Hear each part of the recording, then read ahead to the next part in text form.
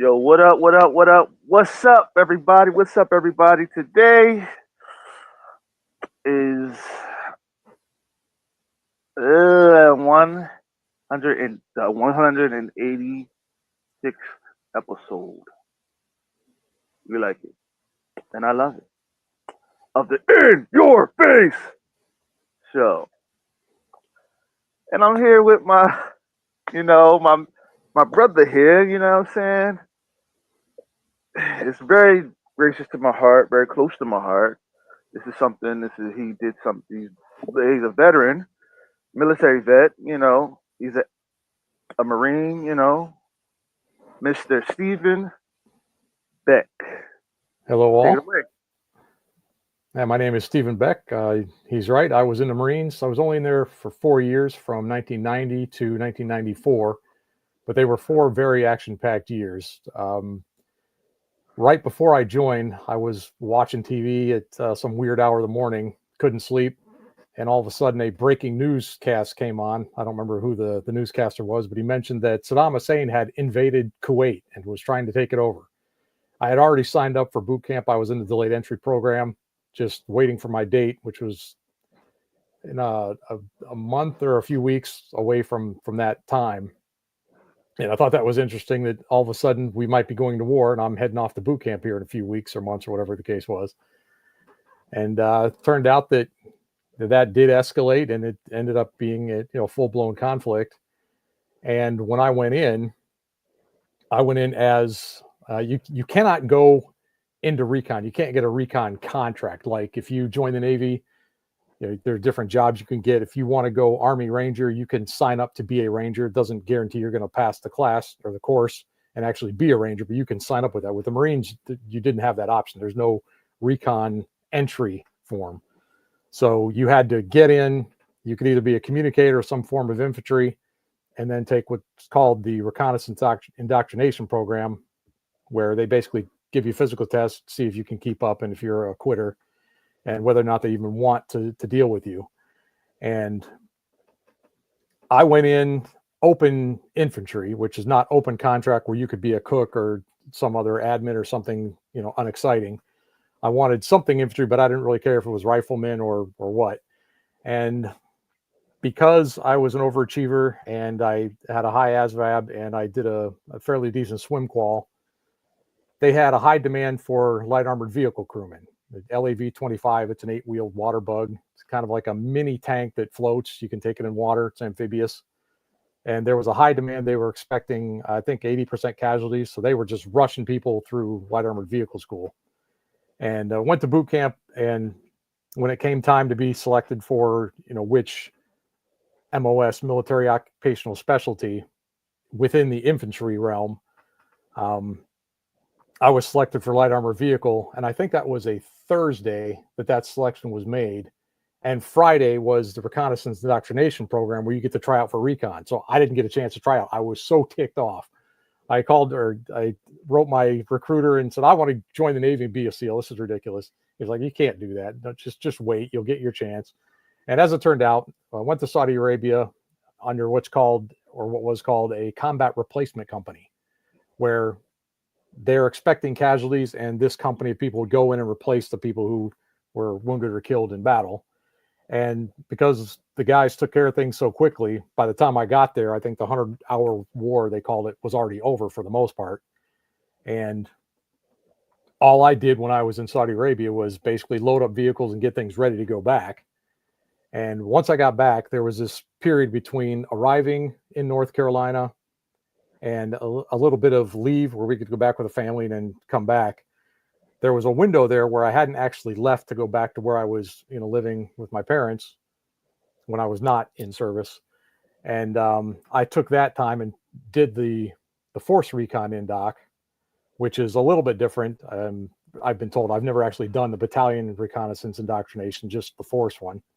And it's not really a pass or fail. They just kind of want to gauge what your level of effort is, what level your physical fitness is, whether you're somebody they can work with or not. It's more or less an evaluation. And they basically said, yeah, we'd like to give you a shot. So that that was before I had orders to the light armor vehicle unit that I was going to be assigned. And when I got back from leave, that's when I got orders to go to the 2nd Light Armor Vehicle Battalion. And like a true numbskull, the thing, when I checked into the unit, when I went to show up, I told the first sergeant, like, I got nothing against you guys, but I don't want to be here. I want to get into reconnaissance. That's the whole reason I joined the Marine Corps. I'm already behind the 8 ball on this because the whole Saudi Arabia thing kind of delayed my progress. And he's like, you don't even know if you're going to like it here. I'm like, it's probably a great unit and all, but that just wasn't why I joined. And I was 20 years old. I did not realize how rude that would have been at the time. I was expressing my desire, and I wasn't terribly cognizant of how that would be received. But he was actually pretty cool about it. A guy named First Sergeant Jonas. He was real good guy. And he didn't shoot me a new one like most people would and should have. But anyway, checked into there. We were there a few months. I had taken the recon indoc. I had submit what's called an administrative action request, which is the paperwork process you go through if you want to go from one unit to another unit. So I filed that. And in the meantime, the Light Armored Vehicle Battalion had sent some platoons out to someplace out in California for mountaineering training. And when I was out there, I got the word that my administrative action request was actually going to go through and I was going to get orders to 2nd Force. And that did happen. I went to 2nd Force, checked in, and once there, they have a list of schools that you have to go through. It's like with the SEALs, the Air Force Pararescue, Army Rangers, they all have what's called a pipeline where it's a very rigid set list of schools that you're going to attend. You're going to go to jump school. You're going to go to a reconnaissance school. Like in the Army, it's LRP, long range reconnaissance patrolling. And it's a sequence. This is first, second, third, and then once you've gotten through all those schools, then you get assigned your unit, and then you get your designation, whatever. And recon, it didn't work that way. I mean, the Marines are the stepchildren of the Navy, so they pretty much do whatever they have the budget to do, and the Navy does not give the Marine Corps the budget that that other similar like units would get. So I think I went to jump school first, and then amphibious reconnaissance school, and then dive school. But ARS, I forgot how many weeks it was, but that was in Fort Story, Virginia at the time.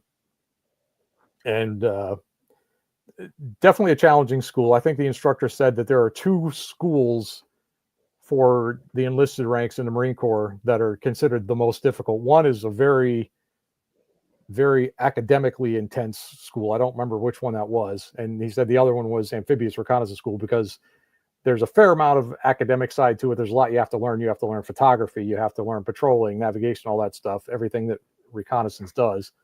And it's just ridiculously difficult physically.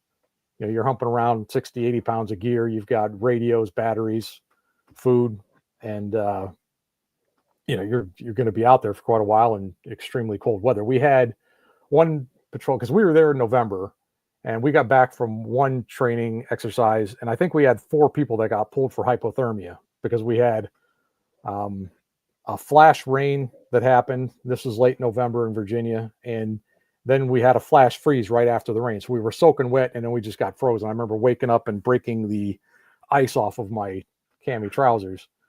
And we had, I think it was 4 people that got pulled for hypothermia after that one.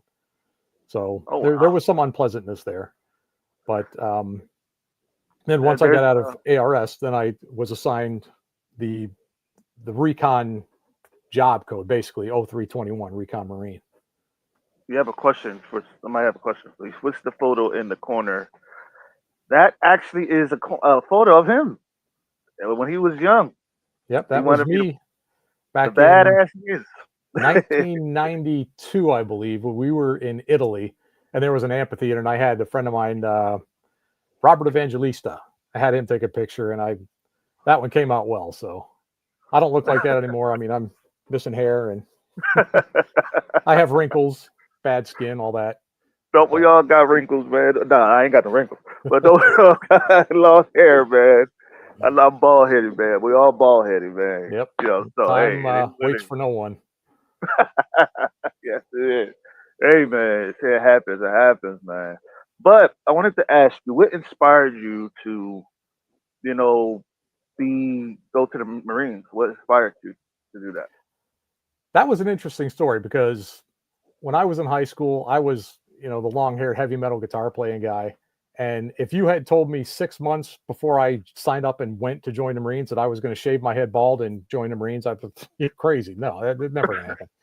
Well, I was working as a union carpenter apprentice, and they had hard times, whatever, got let go, and I was having trouble finding another union carpenter place to work. And as part of the union, they would I think it was every other Wednesday, you would go down to Detroit at a training class, and it's an all day, 8-hour training. And one of the guys there was telling me about this Green Beret friend of his, and he got in a bar fight and he beat up like 3 people. I'm like, that would be a really cool thing to do, to learn how to do hand to hand combat. And like, well, I'm not working right now. I've always thought that was a cool thing. What the hell? Let's look into it. Not only looked into it, I got some information from the Army and looked into the Rangers and the Green Beret, looked at the Marines. I don't know if I gave the Navy SEALs any attention at that point. I don't know if I even knew what they were.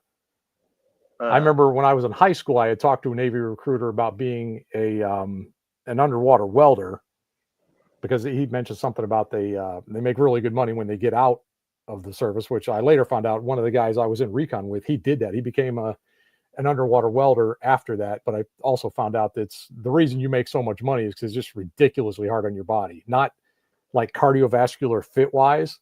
It physically breaks you down because you're under high pressure and it's just bad for your bones.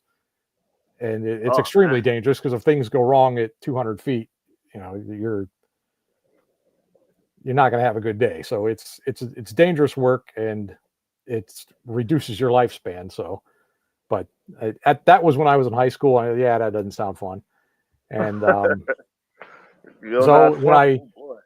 when I talked to the Army recruiters, they seem more like salesmen, where they were trying to get me to agree to something, or they were doing everything they could to get me to sign. And the Marine guy's like, I don't care what you do. I mean, this is what we have to offer. And if you think you're fit for it, try it.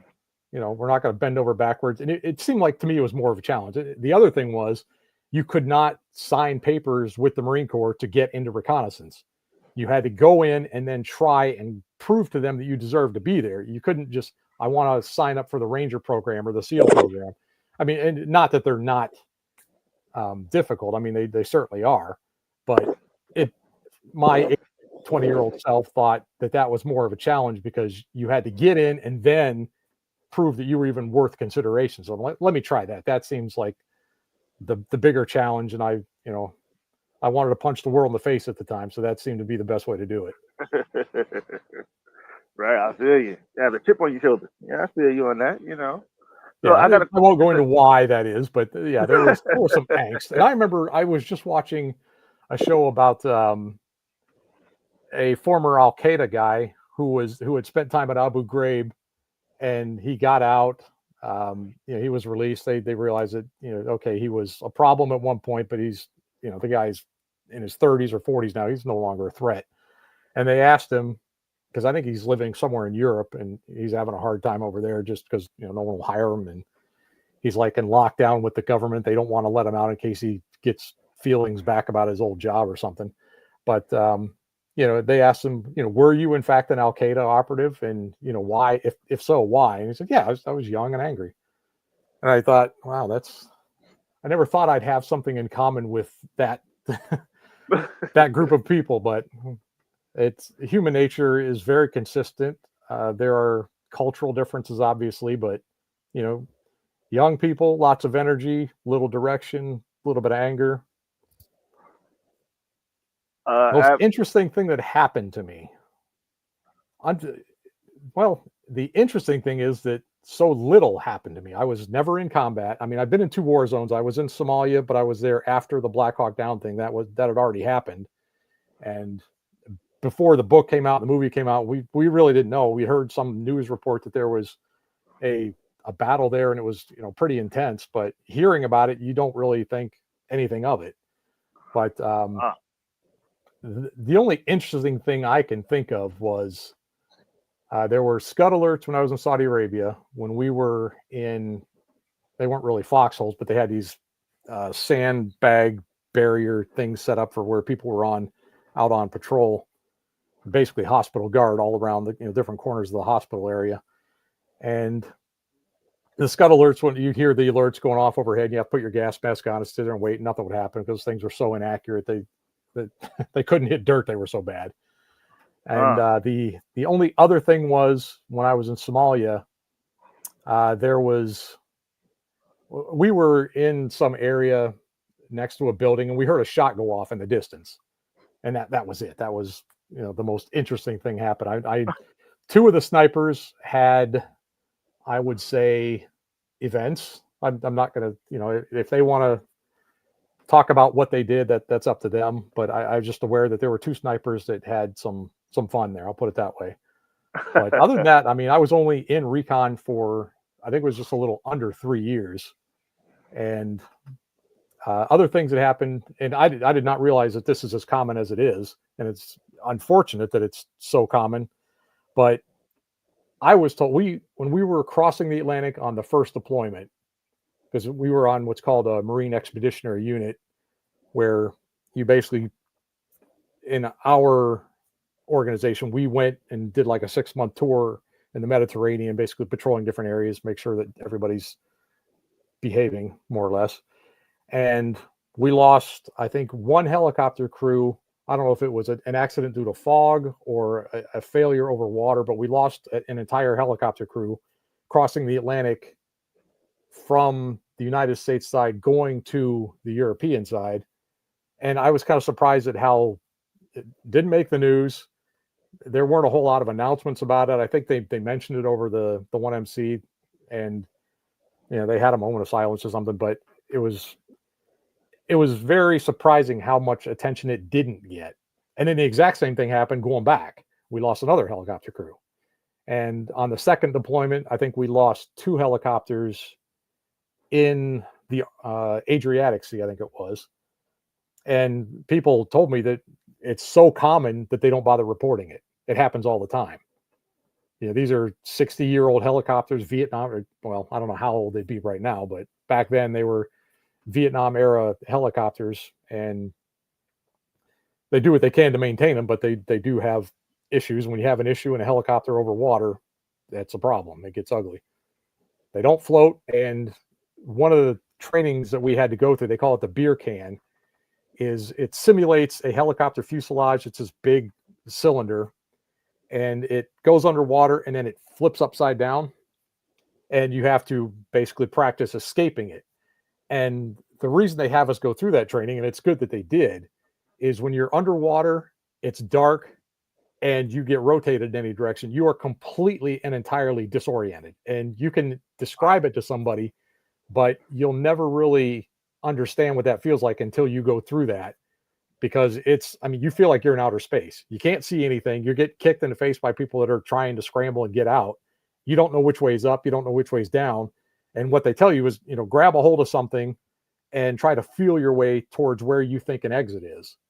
And fortunately, we were all able to simulate survival by getting out of the beer can. But I was really surprised at just how disorienting it was to be upside down in the dark in water. You feel like an astronaut. It's a bizarre feeling. I've never felt anything like that before. Wow. Have you ever, do they make you jump out of the helicopters? Oh yeah, that's the fun part. Oh, yeah. How high y'all be up in the air? It's not much. It's maybe 20 feet. Oh, okay. Because you're paralleling a shoreline off the shore. The bird's not very far off the water, and they just they go as slow as they can, and it's a method of insertion. It's a way to just get into the water without having to deal with boats or whatever. Jump out, swim ashore. And we've also done jumps from helicopter. You can jump from a helicopter or an airplane. I've done 19 jumps. I've got a log somewhere over there. I think I've got my jump log. But all my jumps were static line, where you have a parachute on your back. That parachute is attached to a static line. And when you jump out, as the line extends, it opens the chute for you. So you get maybe an eighth of a second of free fall before the thing starts to open the chute for you. There's another school, Halo, high altitude, low opening, where that's where you get to do free fall, halo and hey ho, which is high altitude, high opening. And I was only in recon for 3 years, so I didn't get to go to that school, but that would have been fun. Yeah, I have a question, right? Like when you wearing a uniform, right? Like the boots. Like I was told that the boots, that you wear, is like kind of hard to like really move a certain way. You know, is that true? They're stiff, but um, there's different types of boots. Also, you've got the desert boots, which are the tan, kind of a thinner material. Jungle boots, which are a green, same type of material as the desert boots, and then your regular black leather boots. They're stiff. They're good protection. They help keep you from injuring your ankle. But that's something I learned in jump school was I think they expect every time they do a jump, regardless where it is, when, doesn't matter, day, night, they expect to have 20% casualties. And by casualty, I mean some sort of an injury or somebody rolls their ankle or damages something or lands on a rock, something. They just expect 20%. I mean, we were fortunate, and I don't know that in any of our jumps that we had any injuries that I can recall. Now we had a Wow. few injuries with fast rope where you have this rope that's just big giant rope that you just grab onto with two hands. You're not tied into anything. And in the movie Black Hawk Down, I think Blackburn was the kid's name. He went to grab the rope and he missed it and he landed after falling like 60 feet or whatever it was. But that's kind of hairy because you have nothing holding you either to the helicopter or to that rope except your hands. And it's the Wow. fastest way to go from the helicopter to the ground because you're not tied into anything. You don't have to release anything. But if you miss that rope, it's free fall until you hit the ground. Damn. And I know it's gonna hurt. Yeah, Oh, and they say he was like 70 feet, and I'm thinking he might have been a bit lower because 70 feet that should, I don't know that a lot of people would survive a 70-foot fall. That's that- sometimes the at that movie. point. I mean, you're looking at 9.807 meters per second squared acceleration. You're moving by the time you hit the ground. And what happens? And for some, I'm weird. I researched this, but I was curious. What happens to somebody? What causes someone to die when they fall? I mean, what's the actual? Is it like does your brain just squish or what? And technically, not to gross out the audience, but what happens is your internal organs continue to move, and the body that they're in doesn't, and they just separate, and you essentially you bleed out. Now, if the fall is high enough, I've heard that the fear alone causes cardiac arrest, and people die before they hit the ground just from Oh, fear because they know they're going to die. It's a panic, and they puts them into cardiac arrest, and they're dead before they hit the ground. Like the 9/11 jumpers, they probably were dead before they hit the ground because I mean they were 80 stories up or whatever. That's a lot of time to think about, the rest of your life, and that just horrible to see that people had to go through that. yeah. It's um. Cause I've seen a lot of them. They jumping from fucking damn near the Yeah. rooftop, and just jumping. And I Like don't no. remember how long it takes to reach it, but terminal velocity is somewhere in the neighborhood of 120 miles an hour. And I think you get there pretty quickly, like in about 4 seconds. Wow.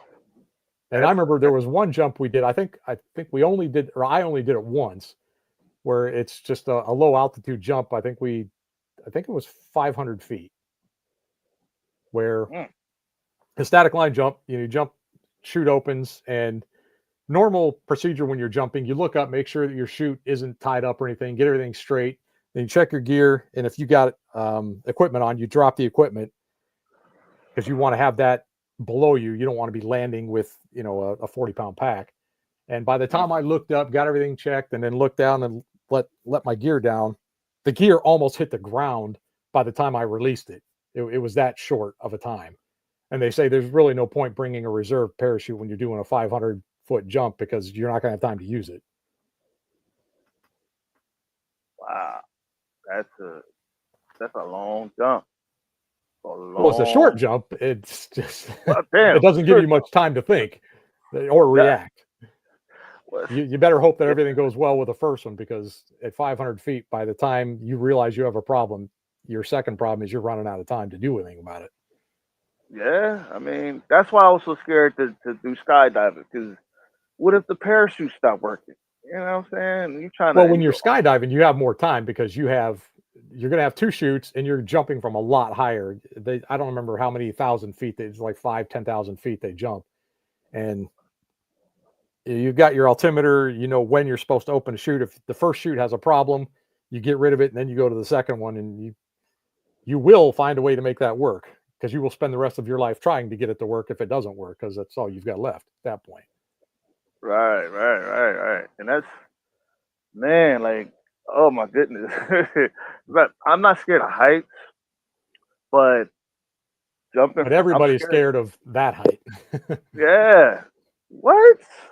Yeah, until you get used Yeah. to it, the first jump I did, I think this is true of everybody. The first jump was so exciting because you're just scared. I mean, you don't know what's going to happen. Is this thing going to open? Is everything going to work? Am I going to break my neck on the landing?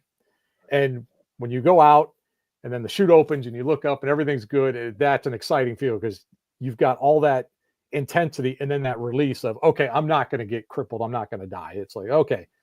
And it was exciting. I mean, you hear people screaming and yell, oh, yeah.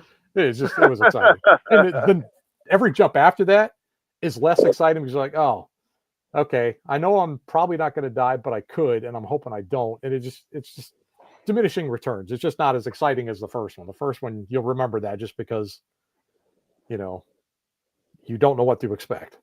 You Yeah. know what is supposed to happen, but you don't have a ton of confidence that it will happen. So you see that Right. chute open, it's like, oh, okay, we're good. Oh man. Hey, for all y'all, for you guys that's watching, can y'all share the live so that way people will see it and we can get a couple people watching. You know what I'm saying? No, it don't matter. Just please share the live for me, please. You know what I mean? Thank you very much. But one But thing when I was in, and I hadn't gotten into recon yet, this was like my biggest thing, and is I was always asking somebody, how do you get into recon? How do you get there? What do you got to do? What's it take? And there were a couple different times I met somebody who was in recon, and that was like, okay, now I get to chew their ear off. And so I want to help anybody else who is similar minded. And as far as how to get into recon, what do you need to do? Well, the paperwork process is simple. You go to your command and you file an administrative action request. Now, when I was in, they had battalion reconnaissance and force reconnaissance, and that was pretty much it. Battalion reconnaissance, they reported through division, and force reconnaissance reported through the surveillance reconnaissance and intelligence group, SRIG, and they reported directly to the force commander, the Marine Expeditionary Force. That's Force Recon is a cool name, but there's a reason for it. It's because they report to the force commander. Things have changed since I was in quite a bit, and now you've got, I don't know, I believe they still have battalion reconnaissance. They still have a type of force reconnaissance. They have MARSOC, Marine Special Operations Command, and they have Marine Raiders. And Marine Raiders, MARSOC, and Force Recon are very similar. I honestly don't understand the nuance differences. I know they have a different command structure and different reporting. And the MARSOC, they report to the Joint Special Operations Command. But as far as getting into recon, you know, you, you have to know what unit you're trying to get to and file administrative action request. That gets that process going. And then once you're there, then the only thing that anybody is going to be able to tell you is going to be useless anyway, because you have to either have it or you don't. And that is, you have to want it bad enough to suffer. You just can't right, quit. That's what they're looking for. And you can be a track stud. You can be somebody who runs 5-minute miles on a regular basis. You can bench 300 pounds. Doesn't matter. There are a lot of strong, a lot of fast people. There are people that are endurance gurus, triathletes, and you can push anybody to a breaking point, and you can't quit. Like one of the things that happened to me when I was doing the force indoc was towards the end of the ruck run, and I'm not going to go into detail what all the indoc process is because number one, it's probably changed. Number two, they kind of don't want you to know. They don't want you to be able to prepare for it. They want to see how you respond to challenges that you're not prepared for. And but one of the things that happened was my left leg, my hamstring started to cramp up. And normally, if you have a cramp when you're running, you stop, pull over, stretch it out, and you just kind of walk. And I didn't do that. I was just beating it with my fist, trying to. And they saw me trying to hobble as like, okay, this guy he's not quitting, so that's good. That's what they're looking for. They cannot have somebody who's going to give up when things get tough. That's any special operations community. That's what they're looking for. That's across the board. That's like the bare minimum. You cannot be somebody who's going to give up when things get challenging. They need to know that they can count on you when the going gets tough. That's the important part. And you can't train somebody for that. You can't teach somebody that. That's just it's desire, really. It's willpower. If you want it bad enough, you will suffer anything to make it happen. And what happens is a lot of people, they want, you've heard that quote, everybody wants to be recon until it's time to do recon stuff because it's hard. And that's the reality of it, is it gets extremely difficult, and it weeds out the people who want the recognition of being able to claim special operations and the people who are willing to put the work in and do it. That's the dividing line, is the willpower. Because a lot of people want to brag, hey, look what I did. I'm this, I'm that. And then you've got the people that they're not really interested in the bragging rights, but they know they've got a job to do. It's a serious job. They take it seriously and they put a lot of effort into it. And that's the most important part. That's why the slogan is the few, the proud, Marine. And that's Marine Corps wide. That's not recon. That's all Marines, few and proud. Yeah. And I've always wondered, like, have y'all ever had a what do y'all call it? What do you call those things? When one soldier messes up, do y'all all get punished, or that varies by unit. And in boot camp, if somebody does something especially stupid, then yeah, everybody's going to end up doing push-ups and that kind of thing. It's not really a set rule. And if you've got one guy who is a consistent problem, then sometimes they'll spread load the misery to make sure that other people are encouraging him. And I'll use encouraging in air quotes to get their act together. And it's not so much that they don't like the guy or they're embarrassed, the important part is the job that they do. Any Marine, any military person, when you're in a combat zone, the job you do is serious. You have to take it seriously. People's lives can often be at stake. You can't be somebody who's doesn't want to be there, who's lackadaisical, who's looking for the easy way out all the time.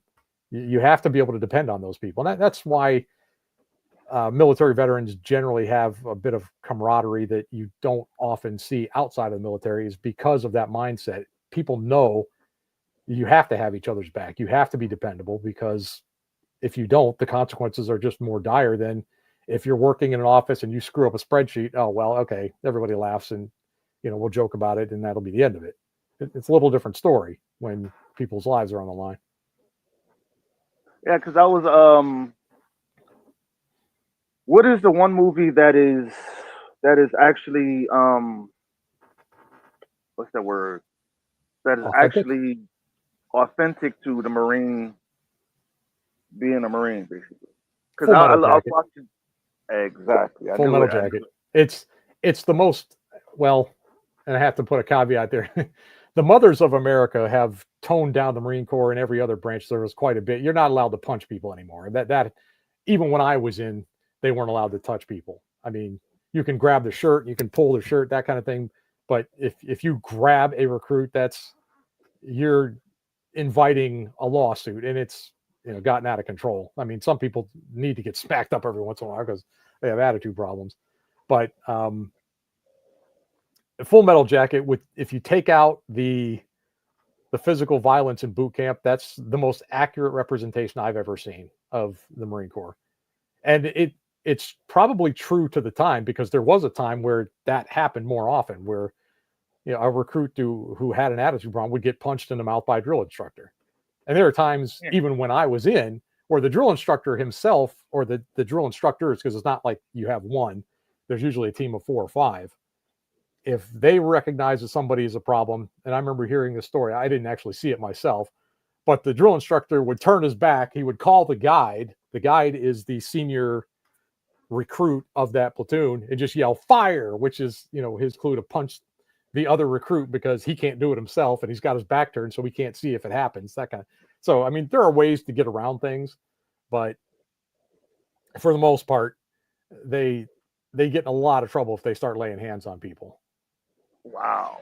Wow. Wow. Wow.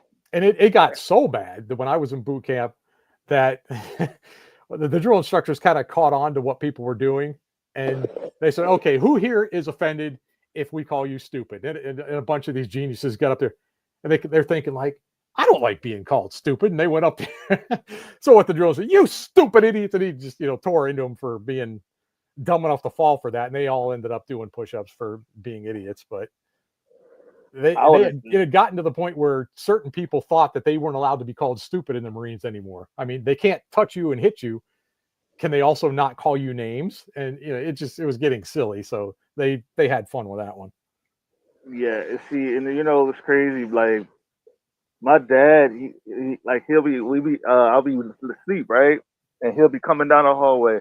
Up in the morning with the rise of sun, we're going to run all day till the run is done. I'll be dying because the way he talks, the way he does it is like he's actually in the military, like he's Like he's actually still still a there. Marine. And you know what I'm saying? Most of the see, and it's crazy, man, because my dad is actually my hero. You know what I'm saying? Because that's what I always wanted to be. I always wanted to be a Marine. He did it, and I'm like, man, dude, like you actually lived my dream of wanting to be a soldier. Because like I, to be honest with you, that was one of my biggest dreams was to become a Marine. You know what I mean? And walk in my dad's shoes when it comes to that part. You know what I'm saying? Like but for more medical reasons, that was the reason. But other than that, like man, I love to hear the war stories. I love to hear the stories of how you got in and when you got out. So tell me something. What was it like to getting your head shaped for the first time? I had actually, because I wanted to keep my hair because I had it. I mean, it was like down the middle of my back, and I had a friend of mine. Her mom was a hairstylist. I had her cut it off, and I still actually I have it's a lock of hair about, I can't see on the camera, about that long, about 8 inches long. I've still got it somewhere in a box somewhere. I kept it. So that part was, I had died that death before I took off for boot camp. But one of the things I did that I don't recommend doing was, I actually wore a pair of cami bottoms and a red Force Recon T-shirt to Marine boot camp, which was a bit presumptuous, and they they had no problem making light of that. Oh man, That was not smart.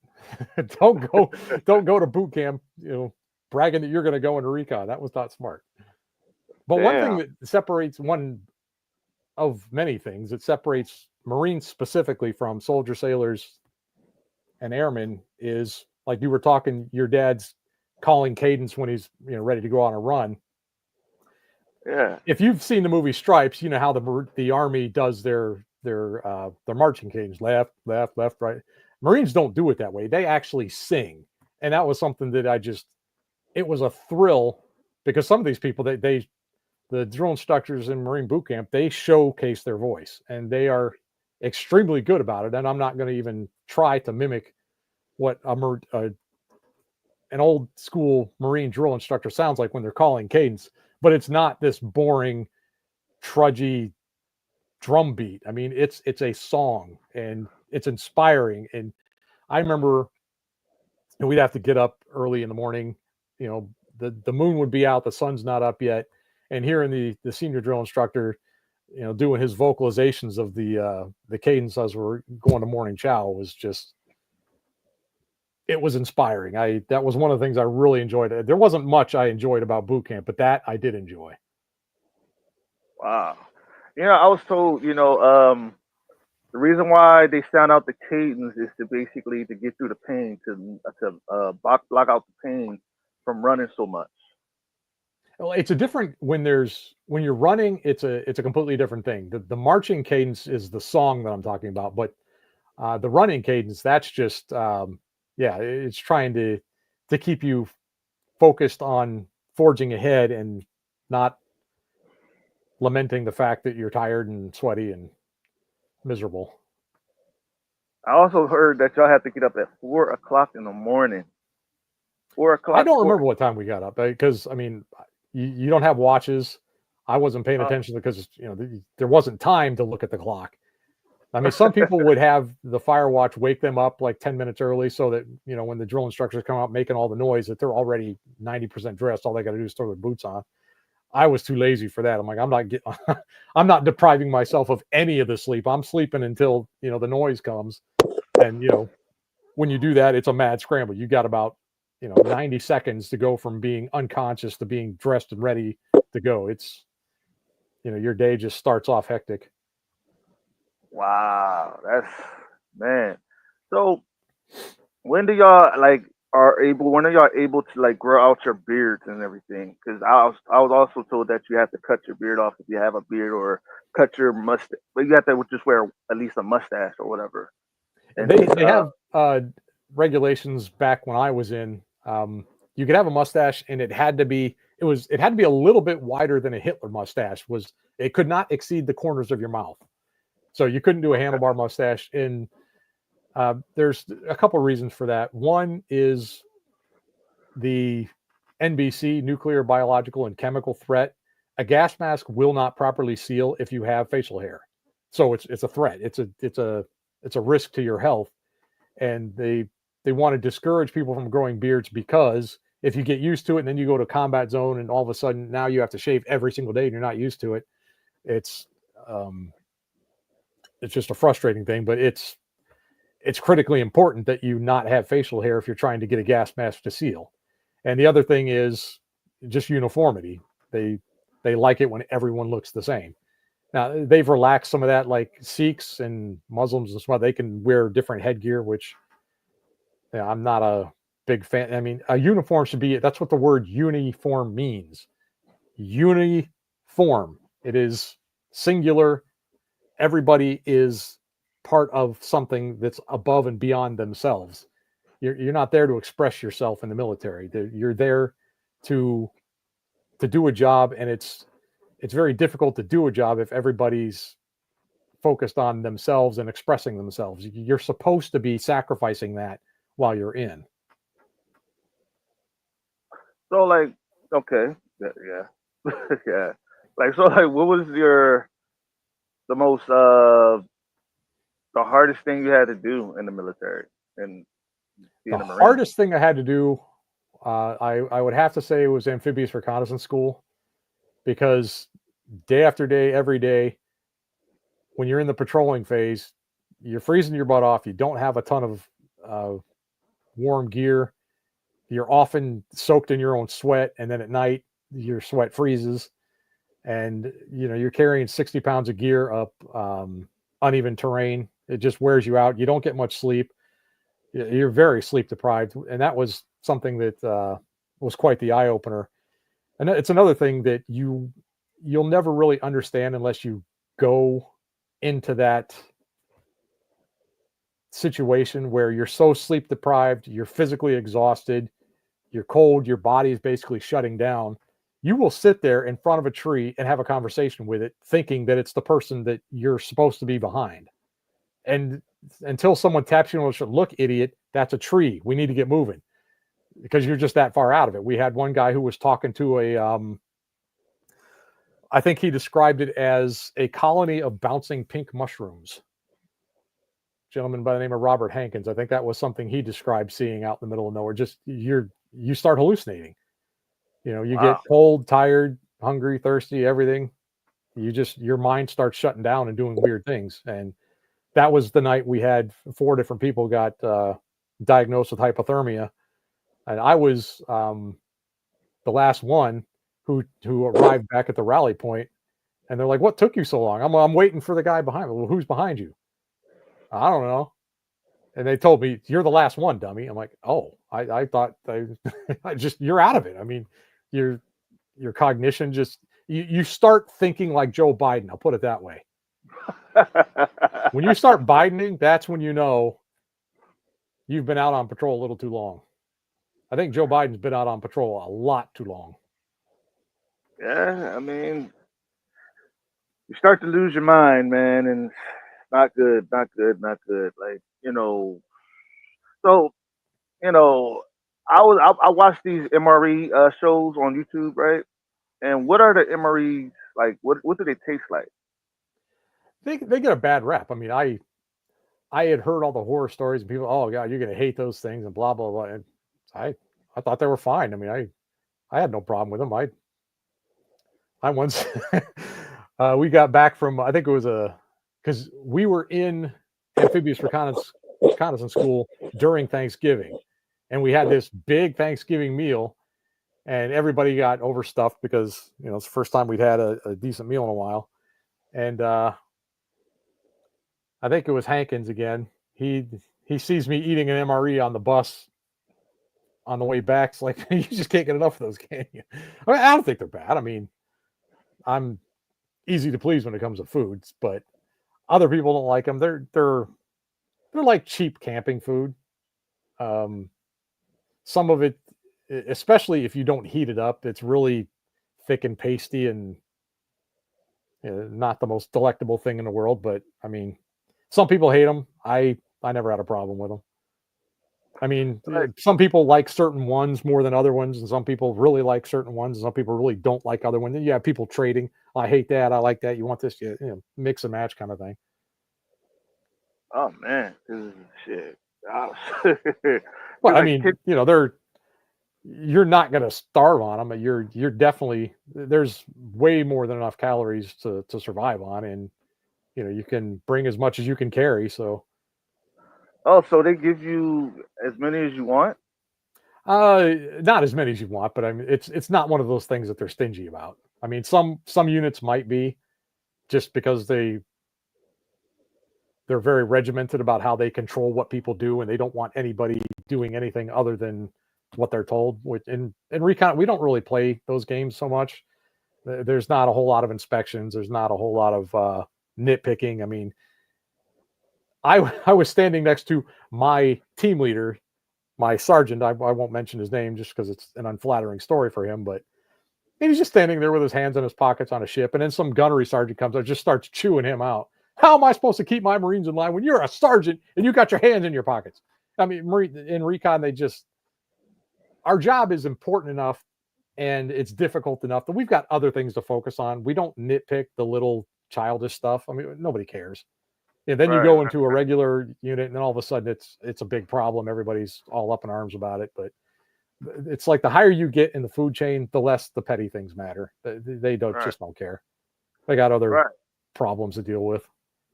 right. So, and so are you a video? Are you into video games or no? Or Well, I have a binary side to me when it comes to video games. I don't play them much, and I was never really, and I'm terrible at first person shooters. I mean, I was fairly good with actual live weapons. I mean, I'm a 4-time rifle expert, 2-time pistol expert, but in first person shoot, I get slaughtered by 13-year-old girls all the time. But there was this one racing game, Motorstorm, which was on the PS3, and a particular track on a particular vehicle. I think it was a buggy on the Rift, if I'm not mistaken. I had gotten to the point where on the leaderboard I was number 6 in the world.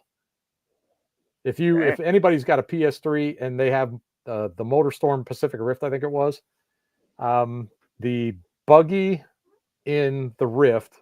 I think that combination of vehicle and track, I might still be in like the top 50. It's I'm trying to remember what I think it was Force Recon USMC. I think was my PS3 name. I've got a screenshot of it somewhere. I can never get into the top 5, but I got into the top 6 at wow. one point. It's other people have blown my score away Right. since then, but I mean that was 10, 15 So years like, ago. do you play video games like Call of Duty?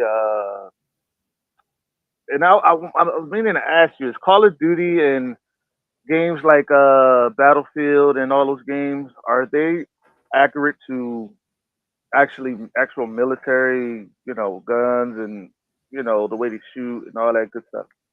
I don't play. I've never. Some of the ones you mentioned, I've never played because when those games were really popular, I was working a full time job, taking calculus at night. I just did not have time for it, so I never got Man. into them. And even when I um, got to where I was in a career, and I never finished my 4 year degree, but I was taking technical certifications and studying for those. So I had no life for years.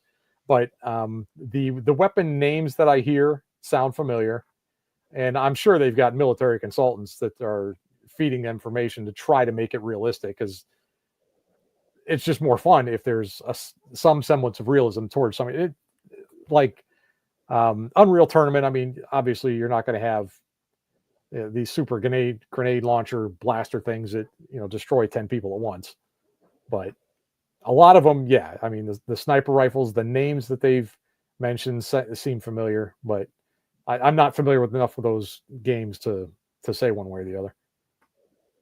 Oh man,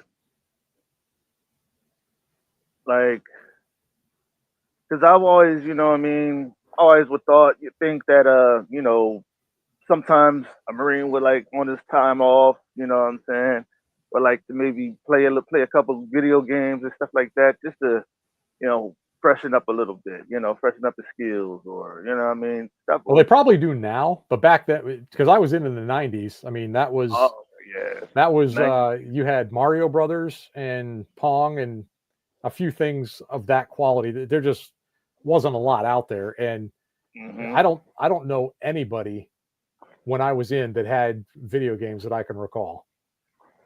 Right, They right, just right, weren't right. common back then. Because I mean, this was early 1990s. This was a long time ago. So like, how did it feel to like travel before you was like 25? I didn't care much for travel just because I hate carrying gear all over the place. I hate living out of a sea bag. That was one of the reasons I left. Was I wanted to plant roots. I like having a house where I have stuff. Like Okay, I've got guitars and amplifiers and things that take up a lot of room, and you can't carry a lot of that with you. I mean, I was fortunate that I could bring a guitar, but I couldn't bring an amplifier, so I was basically chicken picking when I was on ship. But some people it doesn't bother them. I'm more of a home person than a travel person. Even my after military life, I don't do a ton of travel. I mean, I'm going to be doing more travel as I get deeper and deeper into photography because the things that I want to photograph are nowhere near me, like the Grand Tetons out in Wyoming and things like that. But I also, if I'm going to travel, I want to be able to do it on my own terms to where I'm not limited on what I can bring. right, And in the right, right, military, you've got to bring your gear, and there just isn't a lot of room, space, and weight for a lot of personal effects. right, right. So, so being a guitarist, man, like how many years you been doing it? I started playing guitar when I was 14. There was a song that I used to hear on the radio all the time, and it's still to this day one of my favorite songs. Donnie Iris, Aaliyah. It's some woman's name, I guess, but it was always every time that song came on the radio, I'd grab like this exercise bar that my stepdad had, and I would treat it like it was a guitar and pretend that I was playing a guitar. And I just could not wait to get one. Finally, they broke down and bought me one when I was 14, and fell in love with it. I mean, I didn't learn the instrument well. I just learned to have fun with it. And I took lessons for a little while, but the guy got frustrated trying to teach me theories. Like, you forget it. Just tell me what you want to. And I would bring in Metallica songs, and he would transcribe them and show me how to play Metallica guitar leads. That was pretty much the focus of my guitar playing. And later on, I got a book, Ralph Denier's Guitar Handbook, and it's got scales and modes. And once I figured that out, that kind of unlocked things. And then I got a piece of software called Power Tab, which is tablature software for guitar. And you don't have to read music. You just pick a string, pick a fret number, and assign that a duration, how much time that's supposed to make a sound. And once I figured that out, then I started composing my own songs, and then I just went nuts with that. I'm using Tux Guitar, which I can use on a Mac, and I've been using that the last few years. But I mean, I've written hundreds of pieces of junk, and I just love doing it. I mean, I put a YouTube channel together, I think back in 2006. I had three of them, but the first one was Grandpa Krusty, which because I was a guy older than most of the people playing the style of music that I played, and I just threw a couple of short videos on there of some practice drills I was doing. It wasn't a serious dedication to a channel to try to grow it or anything. I didn't even know you could make money on YouTube back then. It was just somewhere to put video where other people could see it. And then I created another channel, Deep Expression, which I just copied all those other videos over to that one. The one, I think there's two that I have the most views on. One is the Mad Scientist riff, where I'm playing this. Normally, you play the fretboard underhanded, where your hand is under the fretboard and you're playing notes. And there's a way you can play over the top. Michelangelo Badio, he was doing a lot of weirdness with that. And I saw that, and that looked like it was fun. And I came up with this riff that it was actually easier to do on the top than it was on the bottom. So I made a thing with that. And the other one that got a bunch of attention was I tried to play Eric Johnson's Cliffs of Dover and butchered it badly, but it was a fun song to learn. And one of these days I'll go back and learn it properly. I got it from some Mike's guitar site.co.uk, some British guitar player. And his transcription doesn't really match what I see Eric Johnson and other people doing. So one of these days I may go back and learn to play that song properly. But I've over the years just turned into a shredder. And for those who aren't musicians or guitarists, a shredder is a guy who shreds the fretboard. He just plays as fast as humanly possible. I've got one song, and I'll send you a link to it. I forgot that I haven't done that yet. But I've got one song where a passage in the end of it, I'm playing, I think, about 8 measures in a row of about 17 notes per second. It's just blindingly fast for me anyway. I mean, there are people that can do more, but that's not quite hummingbird speed, but for me, it is pretty quick. Oh wow!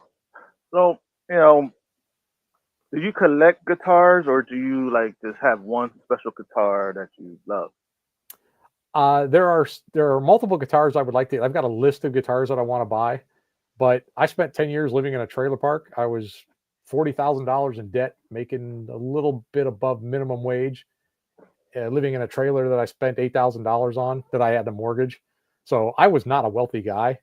And that's another thing I'll send is how I've gone from that to where I'm about to enter in the next few years, at least $1 million, if not a multi-million-dollar retirement. And I'll show you the financial approach I took to that. Basically, keep your expenses low, research your career, because the difference between income and expense is critical. Dollar cost averaging, putting some amount of everything that you make away to save and invest. The compound interest, you have to understand compound interest. That stuff is magic.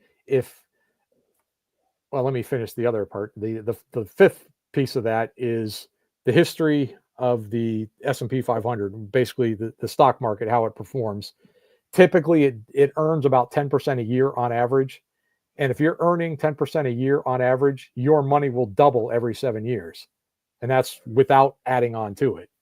You would think that it would double every 10 years because 10% times 10 is 100%. So you're doubling it. But compound interest, it builds on top of itself. So it actually doubles faster than what just the straight interest rate would. But I'll send you a link to that. But yeah, up until recently, I have just not had money to be throwing at toys. I have a TRX that I spent way too much money on, a Ram 1500 TRX. I am the admin for the Ram 1500 TRX Facebook group. I started that a while ago, and that took a lot of money. That's like buying a guitar every month. Oh, which wow. I didn't quite think through when I did that, but I had to have it, and that's a long story. Not a good financial decision, but a very fun one. But yes, as far as guitars, I've got one Carvin guitar that I bought back in 1994, right before I got out of the Marines. I bought it as I was getting out so that when I got out, it would be there. I paid like $2,800 for it back then. It was, yes, 401k, definitely. Very good.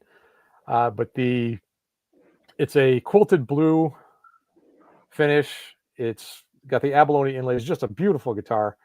I've been playing that specific guitar the entire time. I'd also like to get a Gibson Les Paul. I've been I have a weird thing about Les Pauls because to me a Les Paul is like the mark of a great guitarist. So I'm like, well, I'm never going to buy one because I'm not a great guitarist. That's limited to people who know what they're doing. And I'm getting tired of waiting to become a great guitarist. I'm just going to buy one and be a bad guitarist with a great guitar.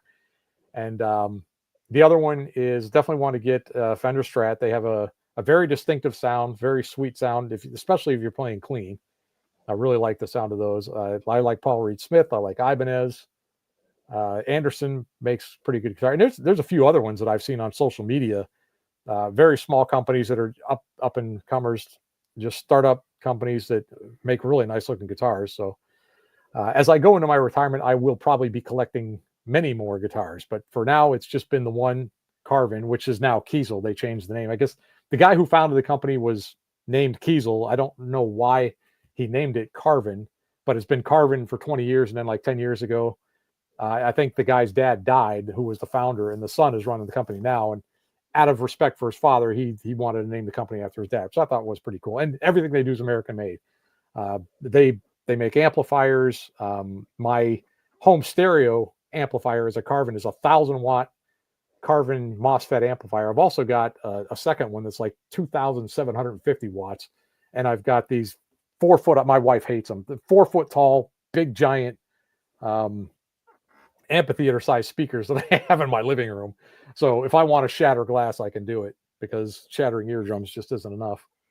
I have a problem with that. I don't do things. The only thing I do in moderation is moderation, and that kind of gets me in trouble.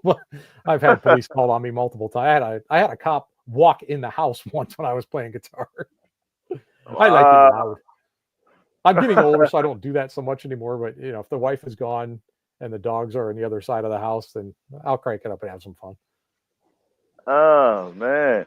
So you still have that little kid in you, man. You still have that, hey, you still like to have fun, and that's good. That's the best way to get Yeah, about the it, little kid is a little too dominant. I need to put him in his place a lot more often, but I have fun. I feel you. I feel you. I feel you. So, like, what's the difference between, like guitars? You know what I'm saying? Like, what's the difference? Like, do they have Uh, different notes and stuff like some of that? them Like, have a different feel. They just feel different. Like I use ebony fretboards on the guitar that I have. It's an ebony fretboard, solid black, very hard, no give to it at all, and that's great for speed. The Fenders, they typically, I think they have I don't know if it's maple, it's some kind of light colored wood, and it's just a different feel. The Fenders have a very distinctive sound. The Les Pauls, they do also. They're more of like a dry, crunchy kind of thing. The Fender, they have some grit to them when you want to put the distortion on, but they really come through when they're clean. They have a great clean sound. I'd show you the guitar, but it's on the other side of the house, and it's a big house, so it would take me probably 5 minutes just to get it and get back. But if you go to Kiesel, is it Kiesel or Kiesel Guitar? Just do a Google search on Kiesel Guitar and look at their options and look for quilted maple, translucent blue quilted maple. That's basically what I have. I have a DC 120, I think is the model. But Ibanez is what Steve Vai uses and Joe Satriani. They have a very solid following. Japanese made guitar, but it's very high quality and very popular. The Kiesels, I haven't played a new one. I've been playing mine for 30 years, and it has its own sound. It doesn't sound like a Fender, and it doesn't sound like a Les Paul. It's more of a Les Paul than a Fender Strat, but it's called a Super Strat. It's made for people who love to play fast, like Jason Becker. He was a Carvin guy, and they have a lot of people that are endorsing their guitars that are just ridiculously fast and extremely precise guitar players. Some of their names escape me right now because I'm not a smart guy, but Kiesel has a lot of people that are endorsing their guitars that are just phenomenal players. Andy James, I think is the one guy's name. He's not a super fast guitar player, but he's quick and he's a good composer. He's known for his writing. Like Jimmy Page was not known for being a blazingly fast guitarist, but he wrote cool songs. That was his claim to fame. Hmm. Wow. Cool. Awesome. You know what I'm saying? So, like, what are your top five bands and guitarists? Top five. Well, they vary widely. I big fan of Steve Vai, Joe Satriani, Michael Hedges, completely different style of guitar player. He plays acoustic fingerstyle and it's just gorgeous stuff. I recently came across a guy by the name of Alan Gogol, Gogol, and he does this thing what he calls bell harmonics, where he can play three different harmonics on three different strings simultaneously, if not four, because he does this thing where he's holding one finger on the string, not pressing down on it, but just holding it and then flicking it with another finger. And he's doing this with different hands and different fingers all at the same time. He has a video out there. I think it's 1,000 harmonics in 60 seconds or something. It's just incredible stuff. He's more like Michael Hedges. He plays acoustic, very soft, relaxing kind of stuff, but he's just an incredible guitarist. So those four stick out. There's a ton more. I probably have to show or throw Sean Lane in that group. He died a while ago. He had a medical condition that took his life. But I mean, he pioneered shred guitar. He was blisteringly fast back in the 60s. He was just ripping guitars up left and right like nobody's business. And there are a few people now that play the way he did. And he was doing this, decades before anybody was paying attention to speed guitar. I mean, Eddie Van Halen kind of brought guitar playing for the sake of playing guitar to the mainframe. And then Joe Satriani, he took it up to another level. And I'm not saying that Satriani's better than Van Halen, because actually there are a lot of people that are technically better than both of those guitarists, but those two are extremely good songwriters.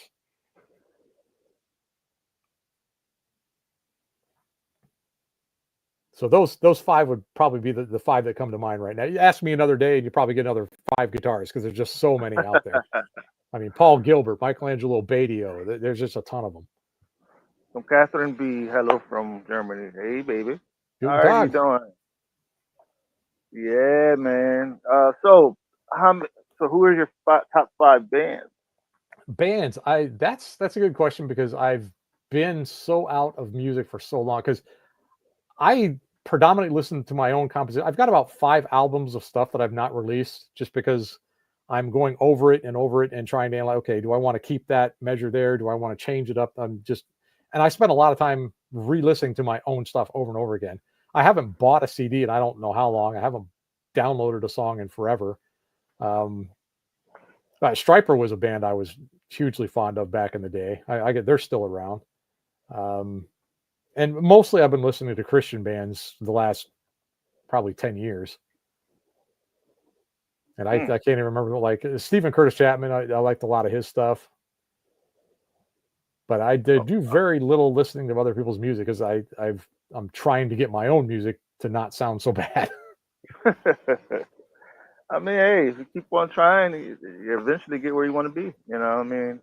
And it's fun. I mean, if I never make a dime with it, it kept me out of trouble. I've never had a drinking problem. I've never been someone who is struggling with drug addiction or of any kind. And I credit Christ and music for that, because those two have kept me out of trouble. I mean, music was my drug and God had my back. So between the two of those, I never needed anything. Right. No, I am not on Spotify yet. One of these days, I'll be blasting my stuff all over the place. I'll send you a link to, I've got my own website where I have, I think 10 songs that I copyrighted. I got registered copyrights and I posted them on my website. My website is, what is my website? isgllc.net. It was a business website. The business never did anything because I found a job before I found customers. So I just kind of mothballed the business, but I post my own junk on there. I'll send you a link and you can share that out. Name is Stephen Beck. Hey, I mean, too. You make it. What's the nickname that you got? You know what I'm saying? You making, when you do music, you making give you like a nickname or something like that. You know what I I'm was saying? going under. I was thinking the theory for this goes back a long ways, but number one, I was always fascinated with the concept of infinity, of a number so big that it just had no end. And then when you Hmm. factor in that God is also infinity, I thought that was cool. So I thought that'd be a Hmm. good name for a band. But the concept behind a band with the name Infinity would be a band that could play anything, any type of music, any genre, at a very high level. And I did not achieve that because I know metal, and I know more metal, and I know hard rock, and that's it. So I'm pretty unidimensional when it comes to music. Catherine said, "Would you suggest a few of your songs we could listen to?" Yeah, I'll send you a link, and you can forward that out to everybody else after this episode's over. Not a problem. Not a problem. You know. So, question. So, is there anything that any motivation that you want to spread to the people that that is listening, that give them encouraging words or whatever you have in your heart to say to uplift people and for people that want to be a marine or want to go into the military, give, whatever you got.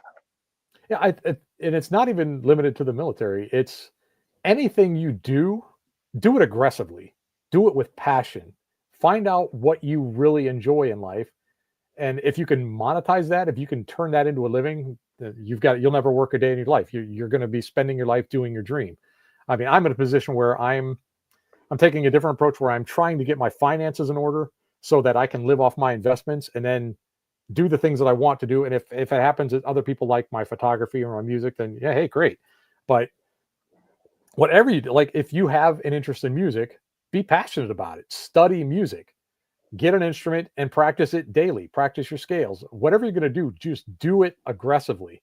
And if the military is your goal, then pursue that aggressively. And what I did before I joined, or actually between the time I signed my papers and the time I left for boot camp, they give you this like exercise guideline thing. I just tore through that like it was nobody's business. I mean, if they said go run, I'm like okay, I hate running, but if running is what Marines do, then I'm going to run like nobody can run. And there was one time, and I didn't run track in high school. I didn't play any sports. I mean, I was a total outcast. But there was one time in Marine boot camp in the very beginning where they do like an assessment run to see they gauge where everybody's status is. And at one point, I was running ahead of 300 people. I was in front of the entire company for about 4 seconds because when I got the that exercise guide, I went through it. Okay, the push-ups, pull-ups, running, sit-ups, and I would do that all day, or not all day, but I mean every single day I was doing something physical, and I I knew what a physical fitness score meant. I knew that a 300 was a perfect score, and that was my goal. So I wanted Mm. to get to where I could run 3 miles in under 18 minutes, and my last run in boot camp was exactly 18 minutes flat. So I managed to get. I wanted to get there before I got in, but I mean, it took, I was not somebody who ran. I mean, I worked out and I was lifting weights and doing that sort of thing. And I would run from the gym to my house, which is all of 2 blocks away. And I hated that. But when I found out that Marines run, I mean, I ran daily, every single day. And the first time I ran 1 mile, it took me over 8 minutes and I thought I was going to die. I mean, I was Wow. coughing junk up and it was like, ugh, it was just miserable. And I ran another day and I just kept whatever your interest is, go after it. Go after it aggressively. Whatever, if your interest is Legos, study Legos. Find out what people are doing. I saw some guy make a in Pigeon Forge, Tennessee. There's some kid who made a like a 12-foot long Lego Titanic. Whatever your interest is, just pursue it passionately. The passion is what makes you who you are. That's why God put you here. Is He designed you for a specific purpose, and it may be multiple things. Live up to God's calling and serve Him by taking the gifts that He gave you and expound on them as much as you can. Uh, yeah, that's what you got to do. It's all basically the glory of God. And to Absolutely. basically build. And that's what I told everybody. I let everybody know. You know what I'm saying? Every day, just work at it, work at it, work at it. Because you never know how far you're going to get. You never know who you're inspiring. You never know the people. You never know who's watching. You know what I'm saying? So Yep. that's what it's all about. It's not about doing it for because other people say you can't do it or do it doing it for another person's happiness. Do it because you want to be happy. Do it because what you want to do. Because if you live out of somebody else's dream, you're not going to be happy. Right. It's how you want to live to the fullest of somebody else's dream. You're going to fall short every time. So Yeah. if you God did live not your put you here to chase someone else's footsteps. He exact, put you here for a reason. He gave you interests, he gave you abilities. And that was something that I think I figured out kind of late in life was, what am I good at? What do I do well? And I found myself at a job at one point where I was doing computer stuff and I picked up on it faster than some of the people who were training me.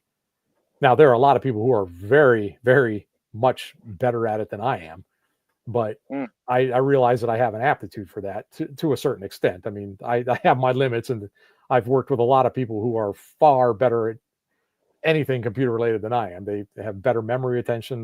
Their way of logically processing instructions is just a lot better than mine, and I've learned a lot from those people, and I've been fortunate to work with those people to help them guide me along as I'm flip flopping through some of the things that I was struggling with. But as far as the average person goes, I'm more technical than the average person, and I didn't realize that until I was in my late 20s. But whatever God designed you to do, once you find that out, and once you find that little comfort groove, dig in. mm, yes sir, yes sir, yes sir. So without further ado, I want to thank y'all for watching, man. This has been a handful and a heartfelt and handful of all just knowledge and wisdom and you know a lot of a lot of information. You know what I mean? So if y'all thinking about going into the military, look at this video. You got all of the information here.